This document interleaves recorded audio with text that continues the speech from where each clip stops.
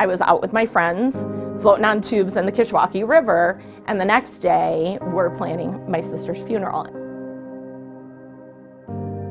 It's been more than 30 years since Elizabeth Hand lost her 21-year-old sister Renee in a tragic car crash. That was very, very jarring and very hard. Yet, at many times, it still feels like yesterday.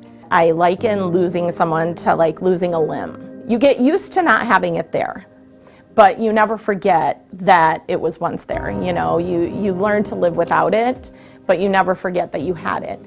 The sudden loss sticks with Hand to this day, along with the people who helped her navigate life just days before her 16th birthday. She was like, "Not sure if you understand. I will see you next Thursday."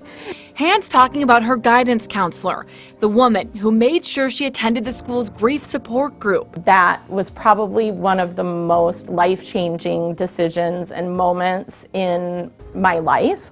And kind of talk about how to use them and give them some. Now, decades later, she's hoping to change lives through Healing Hearts 815, a new grief support group she's launching for kids and teens in May.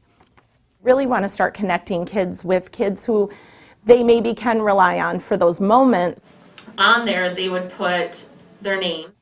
Hand teaming up with Melinda Hagerman from Fitzgerald Funeral Home. I will never forget it. The same director who stood by her side the day her sister was buried. Couldn't imagine. It was just overwhelming. And I remember walking outside to meet them when they came up the sidewalk, and you could feel the hurt and the pain from this family. I still have it, and we hung it.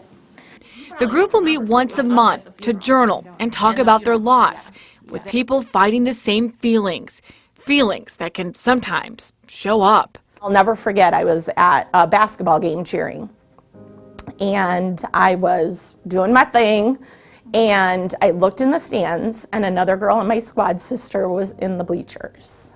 And I lost it. I just lost it. Hand hopes she can pay it forward, becoming the person she was lucky to have when life changed in an instant.